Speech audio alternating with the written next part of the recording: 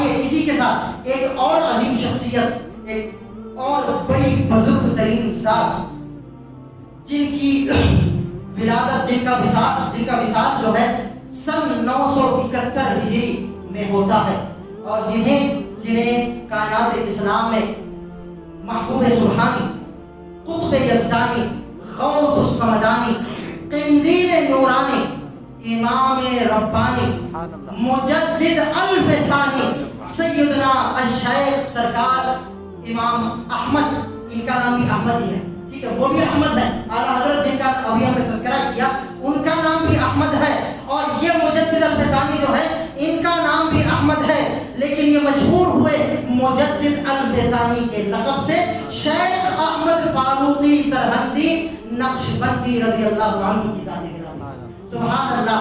سن 971 ہجری میں آپ کا وصال ہوتا ہے, اور آپ کے وصال کو تقریباً 410 برس ہو چکے ہیں. کتنے؟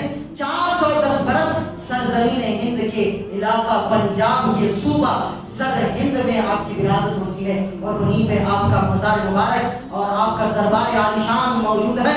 سبحان اللہ. امام ربانی مجدد الف ثانی شیخ احمد فاروقی سرہندی مجددوں کے امام مانے جاتے ہیں. جن کے مجددوں کے امام مانے جاتے ہیں. آپ کی ولادت باسعادت اس دور پرفتن میں ہوتی ہے جو بادشاہت, جو دور اکبر بادشاہ کی بادشاہت کا تھا, ٹھیک ہے, اکبر بادشاہ اور اس کا بیٹا جو تھا جہانگیر, سلطان جہانگیر جسے کہا جاتا ہے, یہ ان کا دور تھا. اور اکبر جو ہے نام کا مسلمان تھا, مگر اس نے جب غیر مسلمانوں سے نکاح کیا تو اس کا یہ ارادہ ہوا کہ مسلم اور غیر مسلمانوں میں جو ہے اتحاد پیدا کیا جائے. اور وہ اتحاد کچھ اس طرح کا تھا کہ اسلام کی اصل شکل کو بگاڑ کر, یعنی ہندوانہ روش کو, غیر مسلمانوں کی روش کو اسلام میں داخل کرنے کا اس کا ناپاک ارادہ تھا. اور دین اسلام کو بدل کر وہ چاہتا تھا کہ وہ دین اکبری بن جائے یا دین الہی کے نام سے مشہور ہو جائے. بے شمار فتنے اس نے کیے, کئی فتنے کیے, مگر یہ کہا جاتا ہے نا, کہتے ہیں جب فتنوں کا آغاز ہوتا ہے, جب فتنے پیدا ہوتے ہیں تو اسی وقت اسی دور میں اللہ کا مرد مومن بھی پیدا ہو جاتا ہے. سبحان اللہ. ڈرنے کی گھبرانے کی بات نہیں ہے, بس پہچاننے کی بات ہے کہ ہمیں کسے فالو کرنا ہے, کس کی اقتداء اور پیروی کرنا ہے. تو یہ وہی دور فتن تھا جس دور میں اکبر بادشاہ نے دین اسلام کو بگاڑ کر دین الہی بنانا چاہا, مگر اس دور میں اللہ نے اپنا نائب پیدا فرمایا, اور اللہ کی جو قدرت کو ظاہر کرنے والا ہوگا اور جو دین اسلام کو سر نو زندہ کرنے والا امام المجددین شہنشاہ نقشبند, سلسلہ نقشبند کے امام حضرت مجدد الف ثانی کو پیدا فرمایا. اور آپ نے اکبر بادشاہ کے تمام فتنوں کا منہ توڑ جواب دیا ہے, اور اکبر بادشاہ کے تمام بدعات اور خرافات اور اس کی بادشاہت کی دھجیاں اڑا کر رکھ دی, اور کبھی آپ نے اکبر کے سامنے سر نہیں جھکایا. یہ وہ دور تھا جب جو ہے نا بادشاہ حکومت ہوا کرتی تھی تو وہ کیا کہا کرتے تھے کہ رعایا پر لازم ہے کہ وہ بادشاہ کے سامنے سجدہ تعظیمی کیا کریں گے. کیا کریں گے؟ سجدہ تعظیمی, جو کہ امت محمدی میں حرام ہے. فقط خدا ذوالجلال ہی کو سجدہ گوارا ہے, کسی مخلوق کے سامنے سجدہ نہیں کیا جا سکتا. مگر وہ بادشاہ جو تھے وہ زور زبردستی سے لوگوں کو کہا کرتے تھے کہ ہم بادشاہ ہیں, سلطان ہے, سلطنت ہماری حکومت ہے, تو تم پر لازم ہے کہ تم ہمارے سامنے سجدہ تعظیمی کرو گے. لیکن امام ربانی مجدد الف ثانی نے اس کی مخالفت کی, تو بادشاہ نے طرح طرح سے ظلم کیا, زیادتیاں کی. تو بادشاہ نے کیا سوچا کہ کوئی ایسی ترکیب کی جائے. جہانگیر, جب اکبر کا انتقال ہو گیا تو اس کا بیٹا جب سلطنت پر بیٹھا جہانگیر, تو وزراء نے کیا مشورہ دیا کہ حضور والا آپ کے دربار میں ہم چھوٹا سا دروازہ بنائیں گے.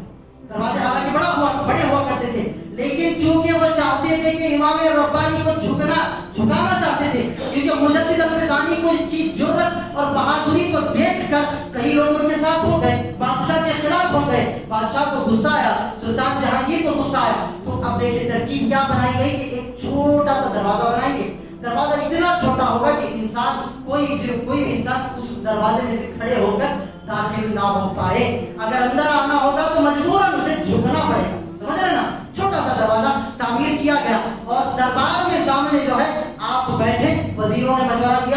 کہ اے سلطان جہانگیر آپ دربار میں دروازے کے سامنے دربار میں تخت پر بیٹھے، ہم شیخ احمد کو بلائیں گے، جیسے ہی وہ دربار میں جھک کر آئیں گے تو ہم کہہ دیں گے کہ بھئی آپ نے بھی سجدہ کیا.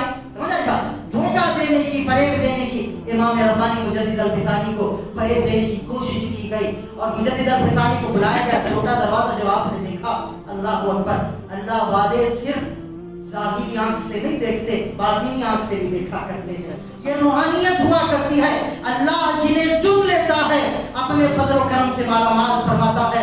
حضور امام ربانی سرکار مجدد الفسانی جب تشریف لائے تو دیکھا اچھا یہ ترکیب انہوں نے کی ہے تاکہ اگر میں جھکوں گا تو لوگ بھی میرے پیچھے سجدہ تعظیمی کرنے لگ جائیں گے. تو اب داخل تو ہونا تھا نا، داخل ہونا تھا. اب دیکھیں مجدد الفسانی نے کیا کیا، اب یوں جھک کر جانے کی بجائے، سر کو داخل کرنے کی بجائے حضرت امام ربانی نے پہلے پیروں کو داخل کیا. سبحان اللہ بولیے نا. سر کے بجائے سر سے داخل نہیں ہوئے، پیروں کے بل داخل ہوئے. تو جو ترکیب بادشاہ نے کی تھی کہ سر جھکے گا اور میری طرف کو جھکتا ہوا نظر آئے گا، اس کے برخلاف پیر سلطان کی طرف نظر آئے تو سلطان کو مزید غصہ آیا اور حضرت امام ربانی مجدد الفسانی کو جیل میں رکھ دیا گیا. مگر پھر بھی مجدد الفسانی کو بادشاہت اور حکومت نے جو ہے بعد میں رہا کیا. اس طرح سے آپ کے کرامات تھے. اور آپ کے بارے میں دیکھیں، آپ فاروقی النسب تھے. حضرت سیدنا شیخ احمد فاروقی سرہندی امام ربانی مجدد الفسانی کس کے خاندان کے تھے؟ امیر المومنین امام المتقین خلیفہ دوم سرکار فاروق اعظم رضی اللہ عنہ کے نسب سے تھے. سبحان اللہ. اور طریقت میں آپ کا مشرب سلسلہ نقشبند تھا. اب دیکھیں یعنی کہ آپ بیٹے ہیں فاروق اعظم کے اور مرید ہیں صدیق اکبر. کیونکہ سلسلہ نقشبند کے امام اور پیشوا کون ہے؟ صدیق اکبر ہے.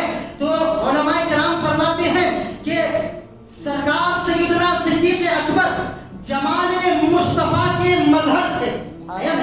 جمال مصطفیٰ کے مظہر صدیق اکبر تھے اور سرکار فاروق اعظم جلال مصطفیٰ کے مرکز تھے. اور ان دونوں طریقوں سے جو مرکز پیدا ہوتا ہے، یہاں سے ایک بارگاہ سے جلال فاروقی بھی آ رہا ہے اور دوسری طریقت سے سلسلہ نقشبند سے جمال صدیقی بھی آ رہا ہے. تو جہاں پر جلال فاروقی اور جمال صدیقی جمع ہوتا ہے اسی کو مجدد الفسانی کہا جاتا ہے. اسی کو مجدد الفسانی کہا جاتا ہے.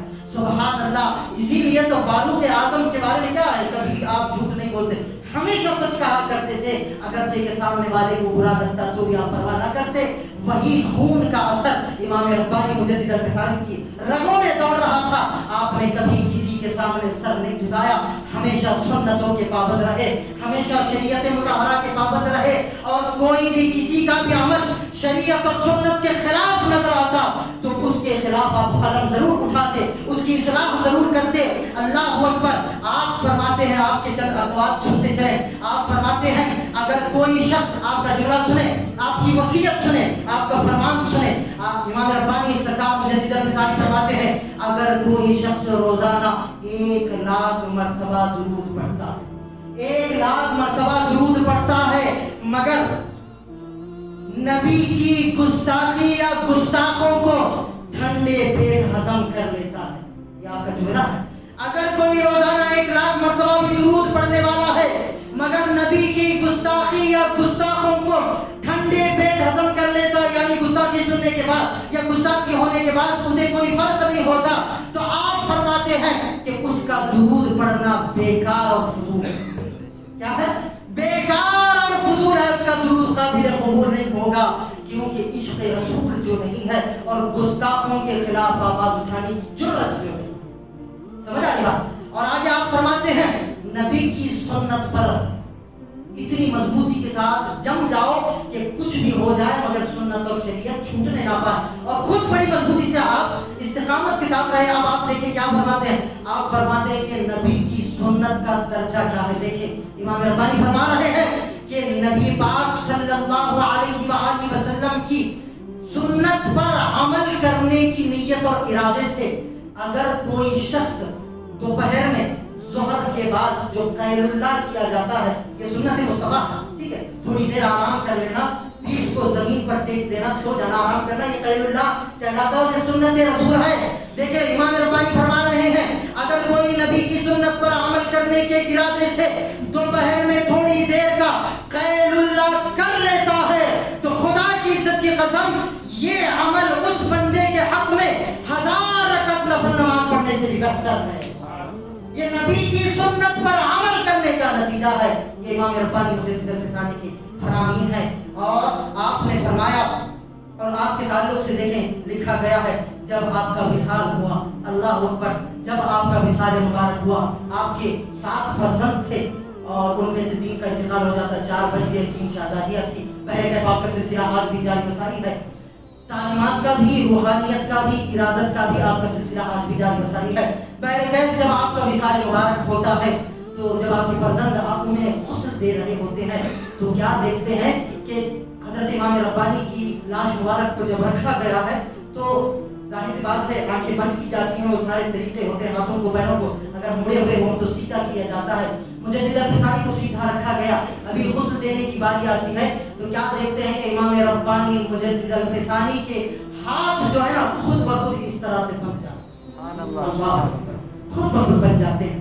تو ان کے فرزند سوچتے ہیں کہ شاید ایسے ہی تھے، ہم نے سیدھا ہی نہ کیا ہو۔ اب ٹھیک ہے غسل کرنے کی باری آتی ہے تو پھر دائیں جانب جب میت کو لٹایا جاتا ہے اور کروٹ پلٹا کر پھر پانی ڈالا جاتا ہے، پھر سلایا جاتا ہے، تو پھر جب دائیں جانب سے غسل دیا گیا اور دوبارہ لٹایا گیا ہاتھوں کو سیدھا کر کے تو دوبارہ سے ہاتھ بندھے جا رہے ہیں، پھر بائیں جانب سے غسل دیا گیا اور سیدھا لٹایا گیا تو دوبارہ ہاتھ بندھے جا رہے ہیں۔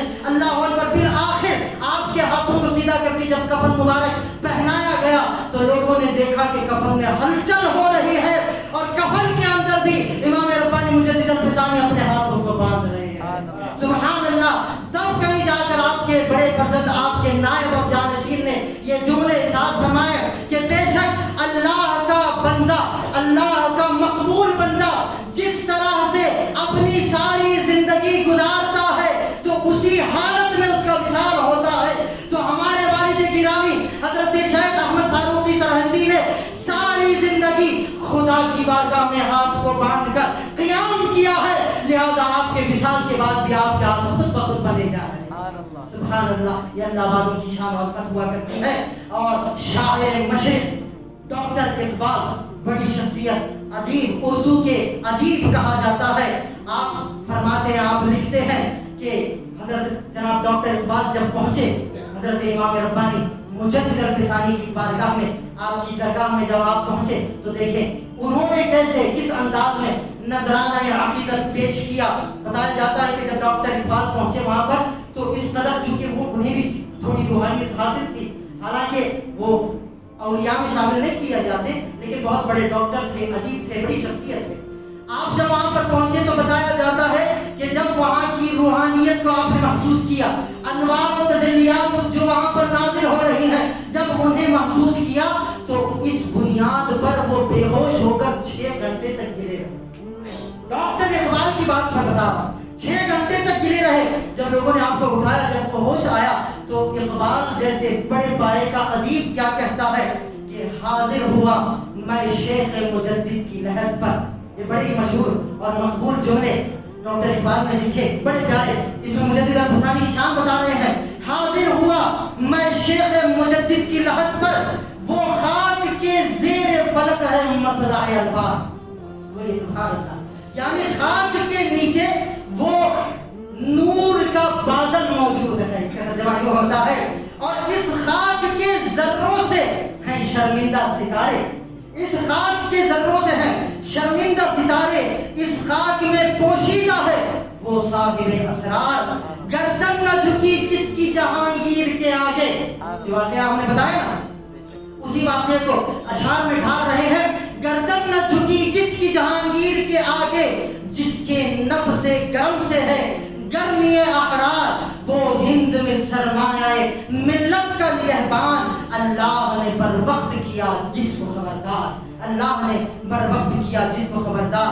تو 25 سفر المظفر کو حضرت اعلیٰ حضرت مجدد اعظم امام محمد رضا خان فاضل بریلوی رحمۃ اللہ علیہ کی تاریخ وصال تھی، یعنی کل جو گزر چکی ہے، اور اسی طرح 28 سفر مظفر کو امام ربانی مجدد الفانی شیخ احمد فاروقی سرہندی کی تاریخ وصال تھی۔ اسی لیے ہم نے چاہا اور سوچا کہ ان دو عظیم مجددین کا تذکرہ آپ کے سامنے کرنے کی سعادت حاصل کریں۔ اللہ رب العزت کی بارگاہ میں دعا ہے مولا تبارک و تعالی ان دونوں مجددوں کو اور تمام مجددین کو اکابرین اسلام کے درجات میں بلندی عطا فرمائے، ان کی شان و عظمت کو بیان کرنے کی توفیق عطا فرمائے، اور ان کے طریقے پر، ان کے عقیدے پر، ان کے نظریے پر ہم سب کو قائم و دائم رہنے کی توفیق عطا فرمائے، اور ان بزرگان دین کا فیضان مجھ پر، ہم پر اور ساری امت محمدیہ پر جاری و ساری فرمائے۔ وآخر دعوانا ان الحمد للہ رب العالمین۔